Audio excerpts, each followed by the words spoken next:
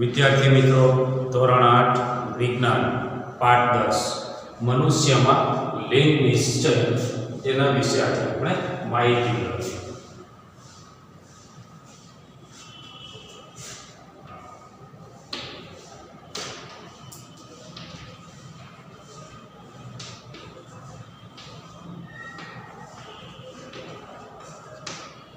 મનુષ્યના દરેક દૈહિક કોષના કોષ કેન્દ્રમાં રંગસૂત્ર આવેલા છે.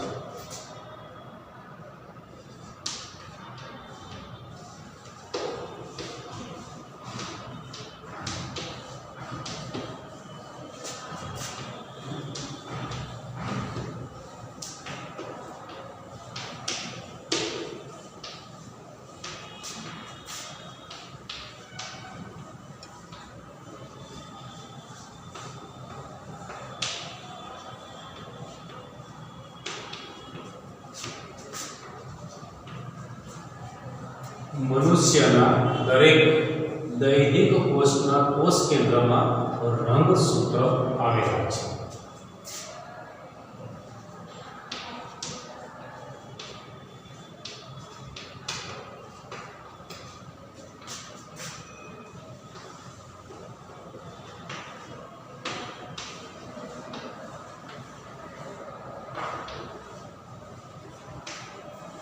રંગસૂત્રોની સંખ્યા 23 જોડ છે.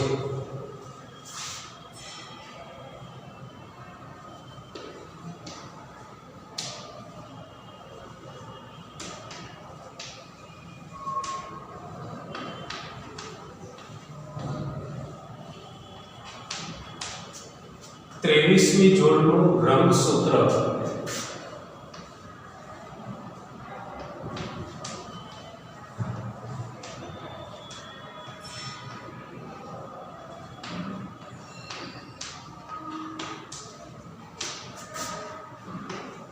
લિંગી રંગસૂત્ર કહેવાય છે.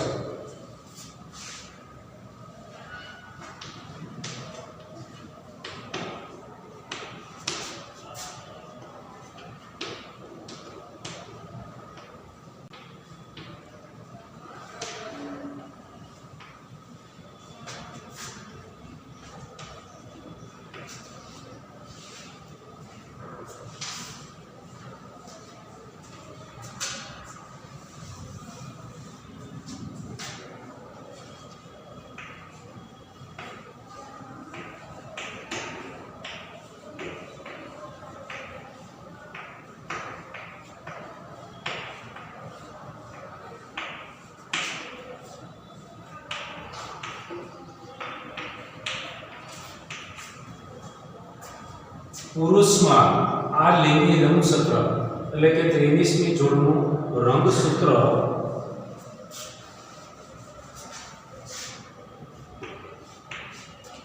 XY અને સ્ત્રીમાં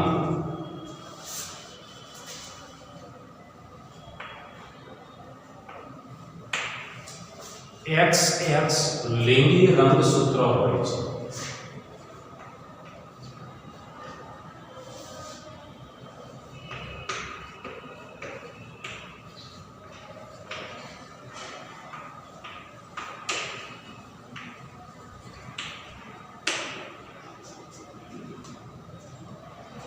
પુરુષના અને સ્ત્રીના જનન કોષમાં આ રંગસૂત્ર એ એકલ રંગસૂત્ર હોય છે, એટલે કે જોડમાં નથી હોતા.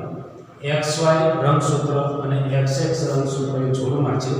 હવે જનન કોષમાં આ રંગસૂત્ર એકલ રંગસૂત્ર હોય છે.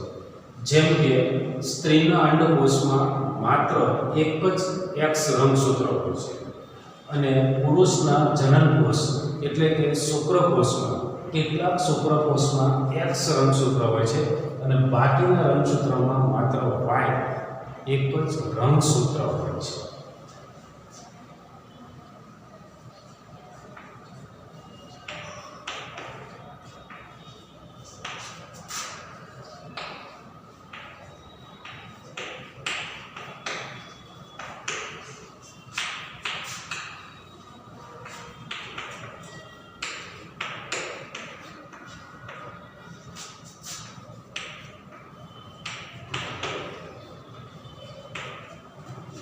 મનુષ્યના જનનકોષમાં એકલ રંગસૂત્ર હોય છે.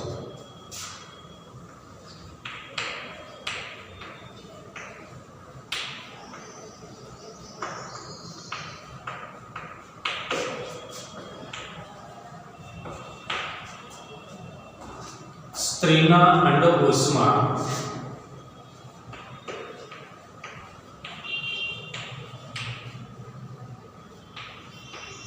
એક રંગસૂત્ર X હોય છે.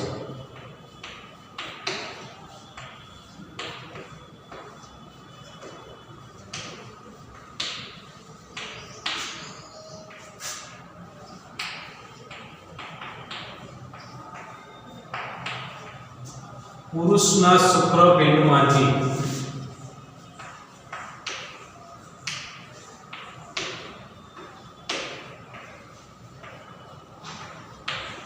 ઉત્પન્ન થતા અડધા શુક્રકોષ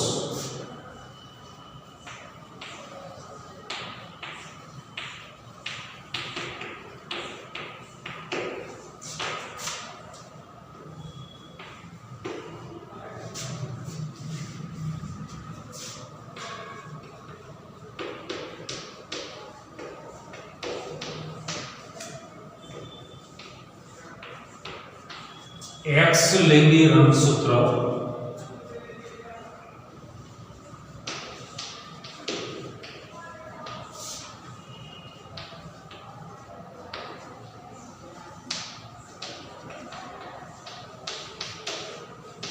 અને બાકીના અડધા શુક્રકોષ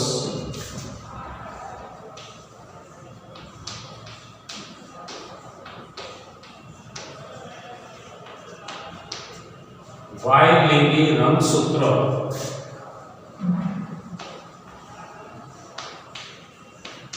ધરાવે છે. જ્યારે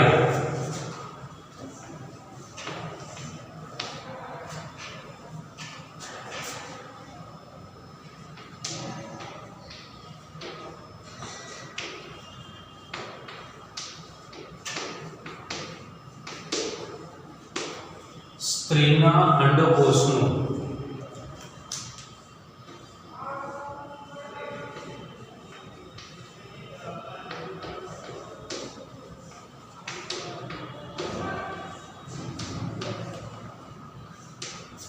X લિંગી રંગસૂત્ર ધરાવતા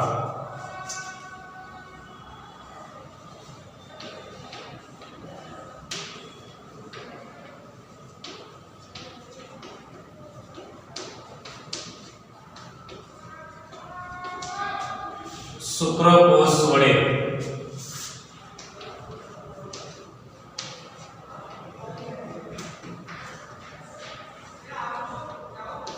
ફલન થાય ત્યારે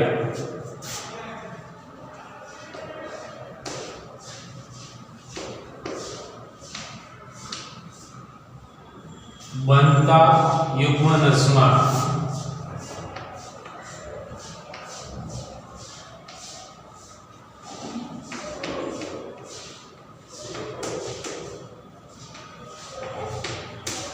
XX લિંગી રંગસૂત્ર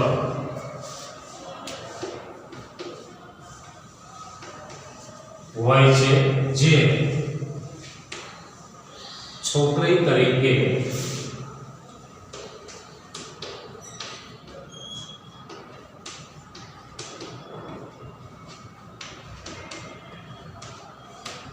વિકાસ પામે છે.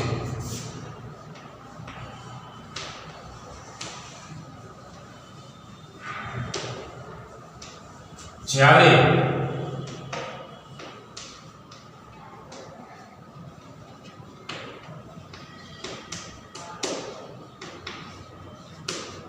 સ્ત્રીના અંડકોષનું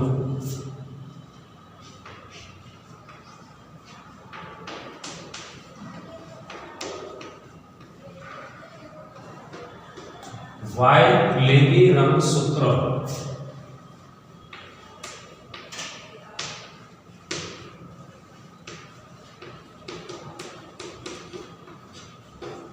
ધરાવતા શુક્રકોષ વડે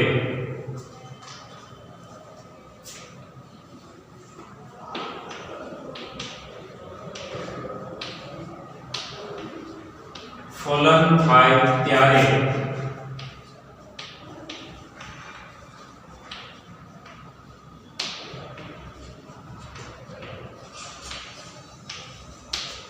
બનતા યુગ્મનસમાં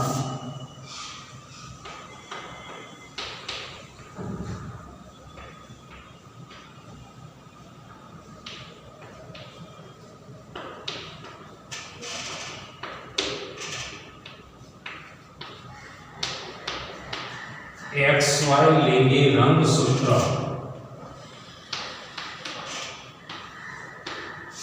હોય છે જે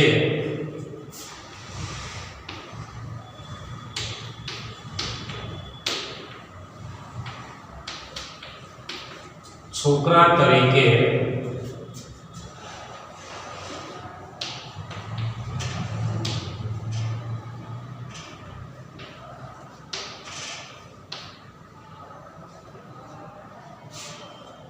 વિકાસ પામે છે. આમ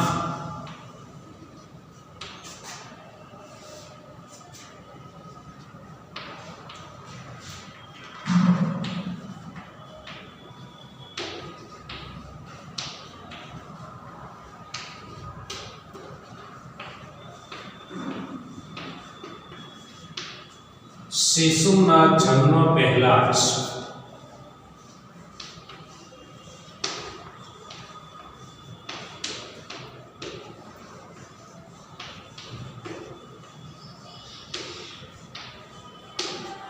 તેનું લિંગ નિશ્ચય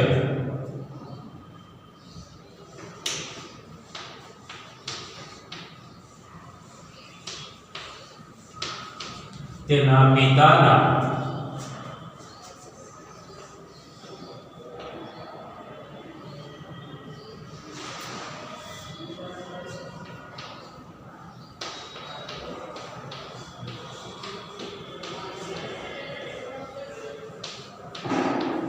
લિંગી રંગસૂત્ર વડે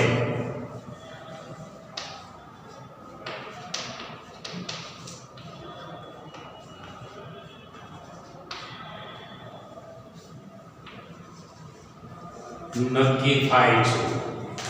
ફરી એક વખત માહિતી મેળવીએ. મનુષ્યમાં લિંગ નિશ્ચય મનુષ્યના દૈહિક કોષના દરેક કોષ કેન્દ્રમાં રંગસૂત્ર આવેલા છે અને આ રંગસૂત્રની સંખ્યા 23 જોડ છે. એટલે કે દરેક કોષના કોષ કેન્દ્રમાં 23 જોડ રંગસૂત્ર આવેલા છે. આ રંગસૂત્ર પૈકી 23મી જોડનું જે રંગસૂત્ર છે એ લિંગી રંગસૂત્ર તરીકે ઓળખાય છે. હવે પુરુષમાં આ લિંગી રંગસૂત્રમાં XY રંગસૂત્ર અને સ્ત્રીના લિંગી રંગસૂત્રમાં XX રંગસૂત્ર XX લિંગી રંગસૂત્ર હોય છે. હવે મનુષ્યના જનન કોષમાં એકલ રંગસૂત્ર હોય છે એટલે કે તેમાં એક જ રંગસૂત્ર હોય છે. સ્ત્રીના અંડકોષમાં એક જ રંગસૂત્ર X હોય છે, જ્યારે પુરુષના શુક્રપિંડમાંથી ઉત્પન્ન થતા અડધા શુક્રકોષમાં X લિંગી રંગસૂત્ર હોય છે અને બાકીના અડધા શુક્રકોષમાં Y લિંગી રંગસૂત્ર હોય છે. જ્યારે સ્ત્રીના અંડકોષનું X લિંગી રંગસૂત્ર ધરાવતા શુક્રકોષ વડે ફલન થાય ત્યારે બનતા યુગ્મનસમાં XX લિંગી રંગસૂત્ર હોય છે અને તે વિકાસ પામી છોકરી તરીકે તે વિકાસ પામે છે. જ્યારે સ્ત્રીના અંડકોષનું Y લિંગી રંગસૂત્ર ધરાવતા શુક્રકોષ વડે ફલન થાય ત્યારે બનતા યુગ્મનસમાં XY લિંગી રંગસૂત્ર હોય છે જે છોકરા તરીકે વિકાસ પામે છે. આમ શિશુના જન્મ પહેલા જ તેનું લિંગ નિશ્ચય એ તેના પિતાના લિંગી રંગસૂત્ર વડે નક્કી થાય છે. વિદ્યાર્થી મિત્રો, આ પાઠ પૂર્ણ થાય છે. ગૃહ કાર્ય માટે હું તમને લેક્ચર પૂરો થાય ત્યારે હું તમને લખી આપીશ. ત્યારે તમારે વિજ્ઞાનની નોટમાં જે સ્વાધ્યાયના પ્રશ્નોના જવાબ લખવાના છે. અત્યારે આપણે નવો પાઠ શરૂ કરીએ, પાઠ 11. પાઠ 11 બળ અને દબાણ.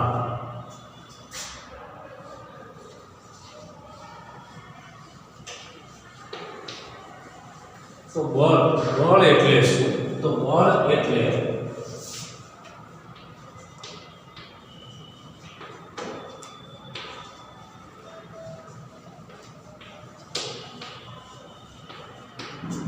પદાર્થ પર લાગતા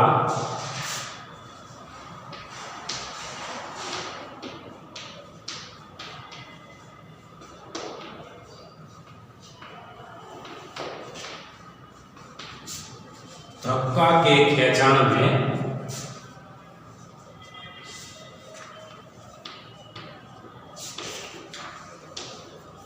बल कहे छे. अथवा तो पदार्थनी जे असर वडे ए पदार्थनी गतिनी स्थितिमां फेरफार थाय अथवा तो तेना आकारमा फेरफार थाय तेने बल कहे छे.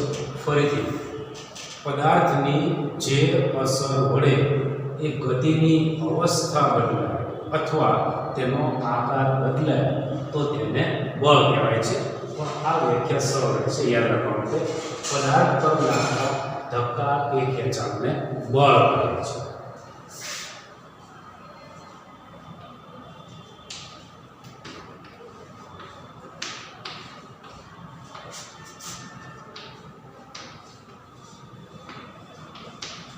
बलने F संज्ञा वडे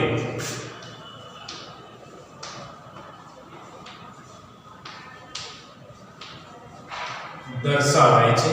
F એટલે फोर्स. बलने ए F संज्ञा वडे दर्शावाय छे.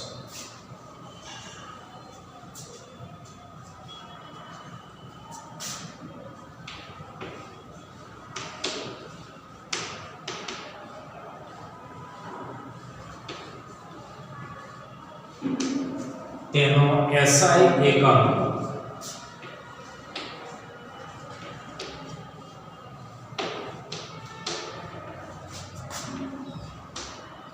न्यूटन छे.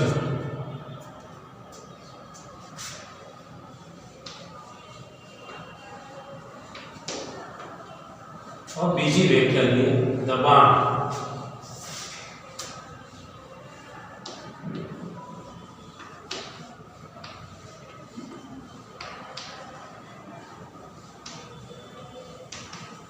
पदार्थ पर लंब रूपे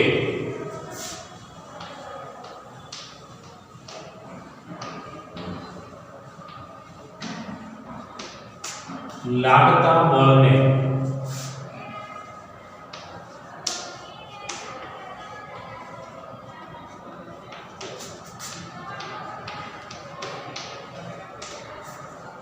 दबाण कहे छे. અને તેને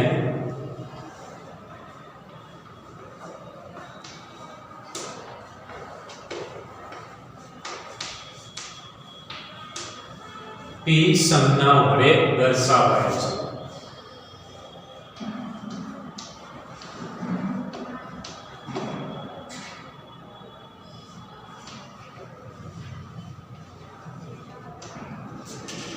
तेनो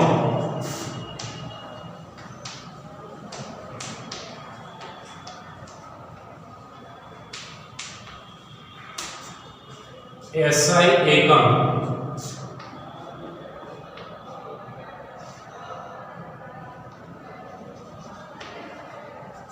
न्यूटन मीटर न्यूटन प्रति मीटर स्क्वेर है. और पदार्थ पर बल लागतो होय तेना उदाहरण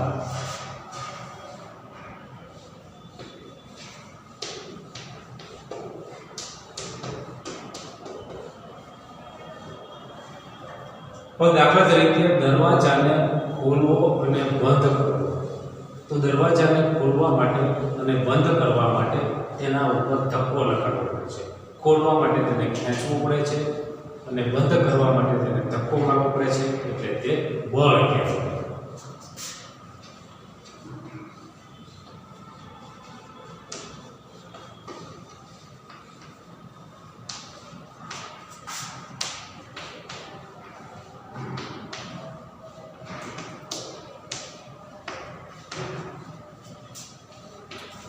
બીજું ઉદાહરણ લઈએ કે ટેબલ પર પડેલ પુસ્તકને આપણે ગતિમાં લાવવું પડે તો તેને ધક્કો લગાડવો પડે છે.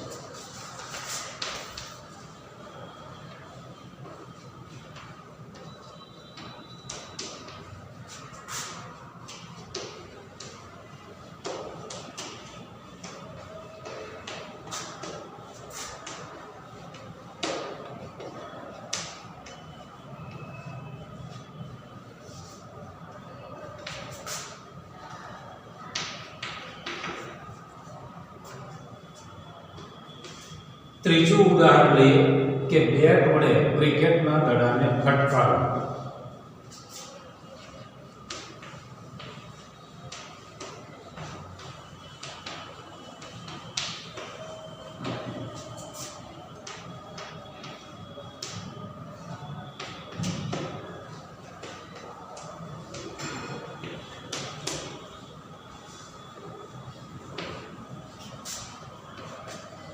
ચોથું ઉદાહરણ લઈએ કે સામાન ભરેલ ગાડાને ચલાવવું.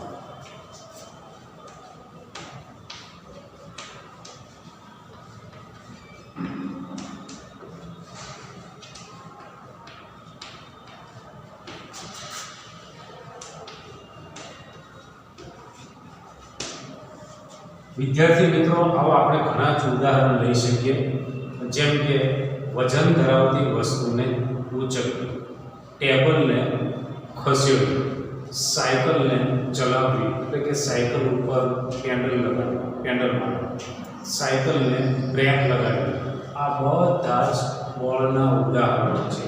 શાકભાજીને સમારવું, પેનની મદદથી કાગળ પર લખવું, વાટમાં લખવું, ચોકની મદદથી બોલ ઉપર લખવું. આ બધા જ એ બોલના ઉદાહરણો છે.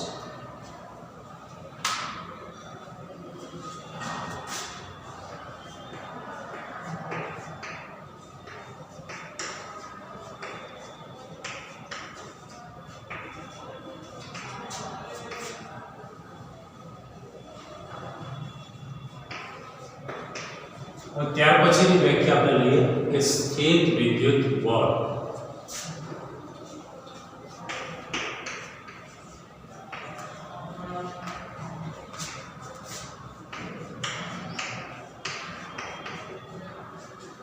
એક વિદ્યુત ભારિત પદાર્થ વડે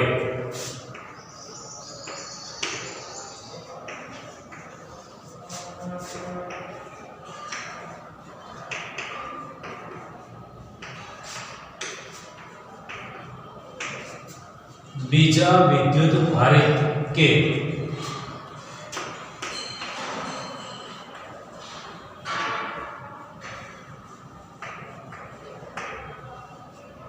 વિદ્યુત ભાર વિહીન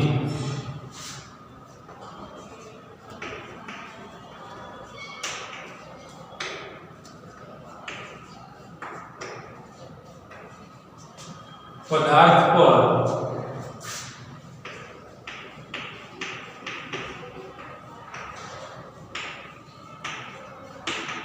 લાગતા બળને સ્થિત વિદ્યુત બળ.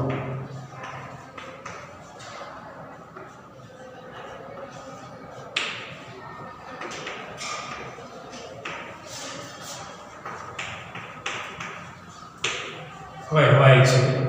દાખલા તરીકે કાંસકાને કોરા વાળમાં ઘસી અને તેને જો કાગળના ટુકડાની નજીક લઈ જવામાં આવે તો કાગળના ટુકડા એ કાંસકા તરફ આકર્ષાય છે. તો આ વખતે જે બળ લાગે છે તે સ્થિત વિદ્યુત બળ કહેવાય છે.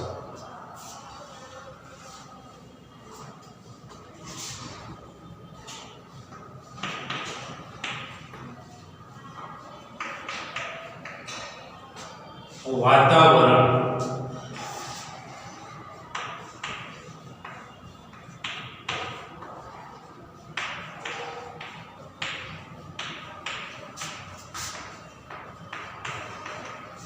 આપણી આસપાસ રહેલ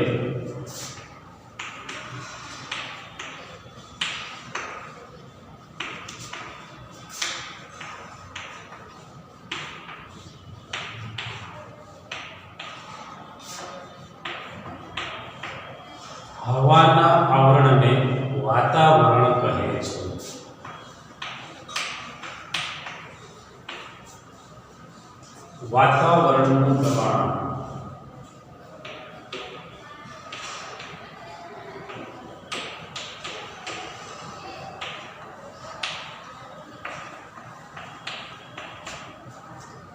આપણી આસપાસ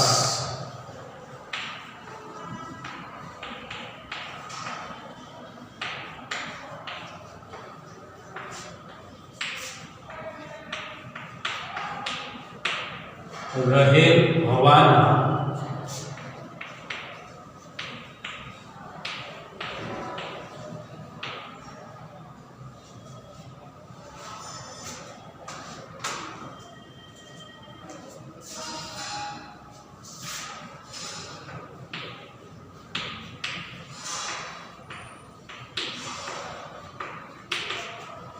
વાતાવરણ વડે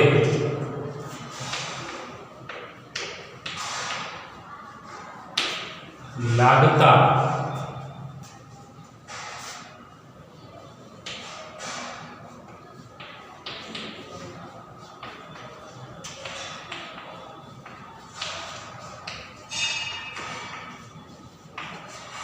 દબાણને વાતાવરણનું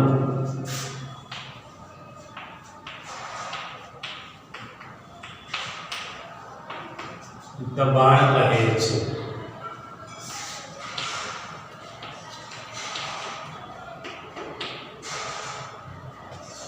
દબાણ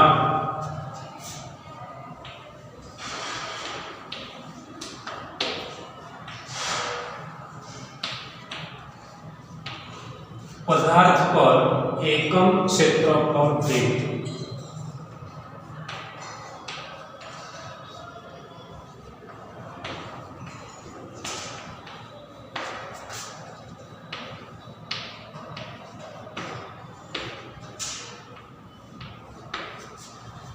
લંબ રૂપે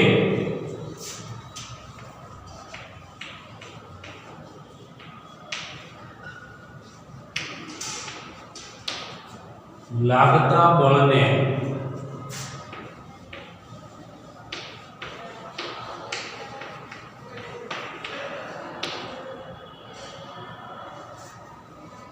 દબાણ કહે છે.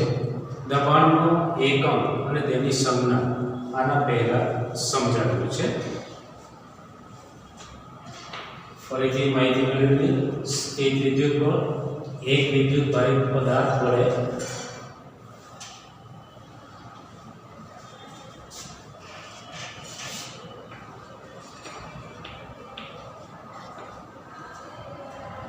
એક વિદ્યુત ભારિત પદાર્થ વડે બીજા વિદ્યુત ભારિત કે વિદ્યુત ભાર વિહીન પદાર્થ પર લાગતા બળને સ્થિર વિદ્યુત બળ કહેવાય. વાતાવરણ આપણી આસપાસ રહેલ હવાના આવરણને વાતાવરણ કહે છે. વાતાવરણનું દબાણ આપણી આસપાસ રહેલા હવાના વાતાવરણ વડે લાગતા દબાણને વાતાવરણનું દબાણ કહે છે. અને દબાણની વ્યાખ્યા પદાર્થ પર એકમ ક્ષેત્રફળ દીઠ લંબ રૂપે લાગતા બળને દબાણ કહે છે. અને દબાણને P સંજ્ઞા વડે દર્શાવે છે.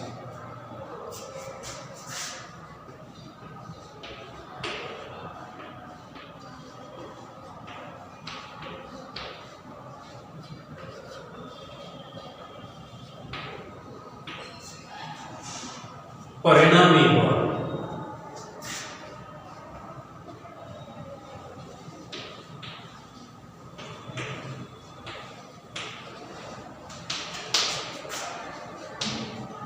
પદાર્થ પર એક જ દિશામાં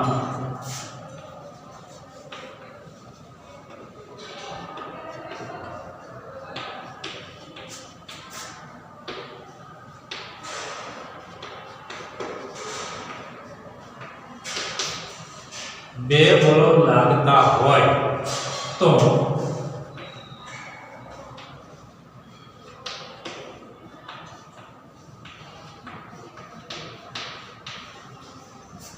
તેનું પરિણામી બળ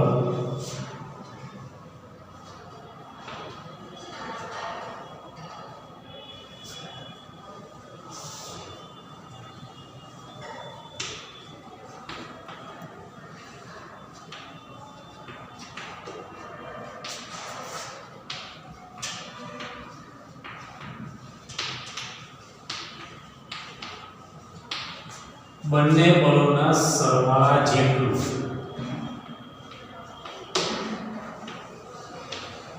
હોય છે.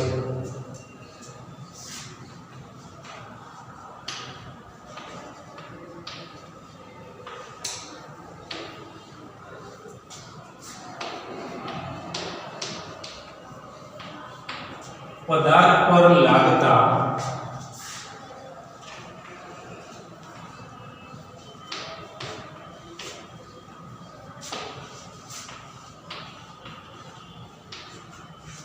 બે બળો પરસ્પર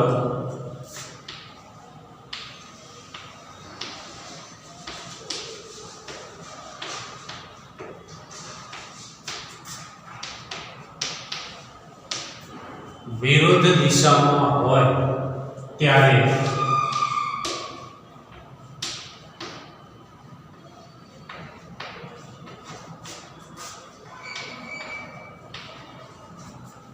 પરિણામી બળ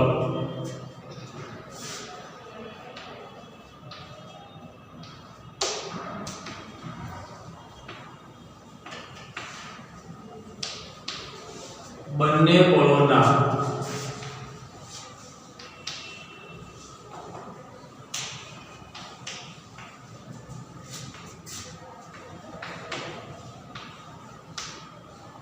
તફાવત જેટલું હોય છે.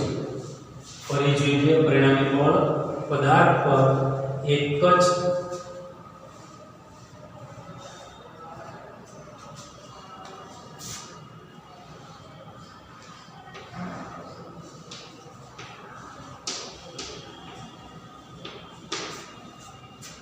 પદાર્થ પર એક જ દિશામાં બે બળો લાગતા હોય તો તેનું પરિણામી બળ એ બંને બળોના સરવાળા જેટલું હોય છે.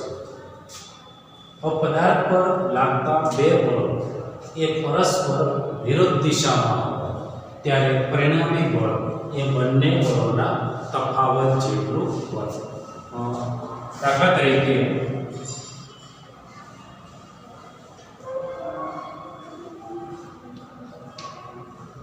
આ એક પદાર્થ છે, તેના પર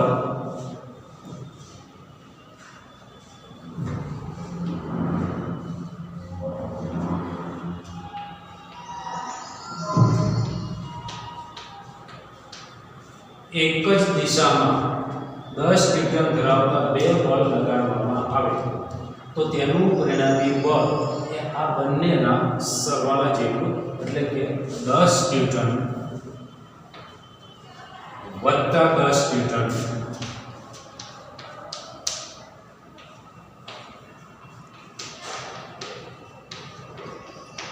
બરાબર 20 ન્યૂટન. તો એનું પરિણામી બળ 20 ન્યૂટન.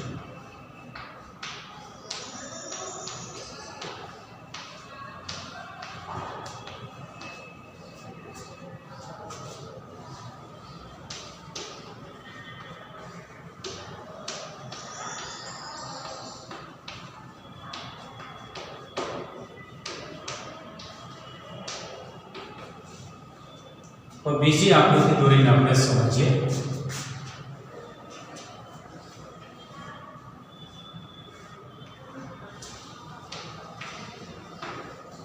આ પદાર્થ છે, પદાર્થ પર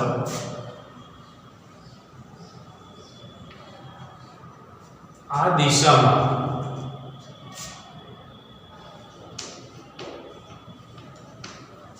વીસ ન્યૂટન બળ લાગે છે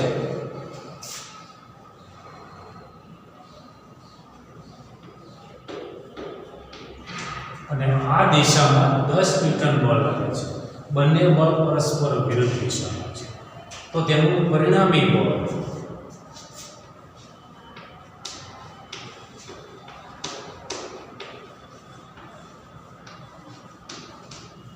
આ બંને બળોના તફાવત એટલે કે બાદબાકી 20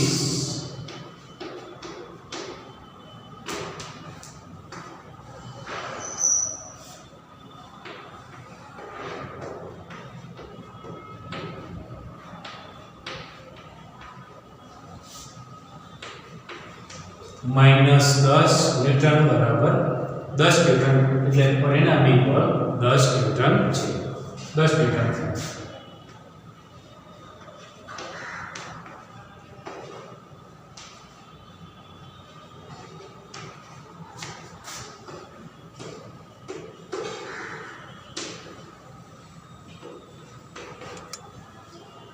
હવે જો પદાર્થ ઉપર વિરુદ્ધ દિશામાં સમાન મૂલ્યના બળો લાગતા હોય, દાખલા તરીકે આ 20 ન્યૂટન બળ અને આ 20 ન્યૂટન બળ બંને પરસ્પર વિરુદ્ધ દિશામાં લાગતા હોય તો બંને બળોનું પરિણામી બળ શૂન્ય રહે છે, એટલે કે એ પદાર્થ પોતાના સ્થાને સ્થિર રહે છે.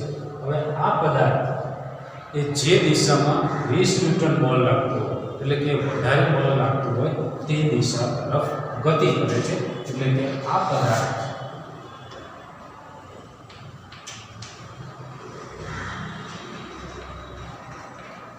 આ દિશા તરફ ગતિ કરે છે. જ્યારે એક જ દિશામાં બળ લાગતા હોય ત્યારે તે પદાર્થની ઝડપમાં વધારો થાય છે, અને વિરુદ્ધ દિશામાં બળ લાગતા હોય ત્યારે તેની ઝડપમાં ઘટાડો થાય છે. અને જો પરસ્પર વિરુદ્ધ દિશામાં સમાન મૂલ્યના બળ લાગતા હોય તો તેનું પરિણામી બળ શૂન્ય થાય છે. પરિણામે એ પદાર્થ પર બળ લાગવા છતાં એ પદાર્થ એ પોતાના સ્થાને સ્થિર જ રહે છે. તો વિદ્યાર્થી મિત્રો, આ પાઠમાં આપણે અહીંયા સુધી રાખીએ. ગૃહ કાર્ય માટે તમને બોર્ડ ઉપર પ્રશ્ન લખી આપું છું, તેના જવાબો તમારે વિજ્ઞાનની નોટમાં સારા અક્ષરે લખો.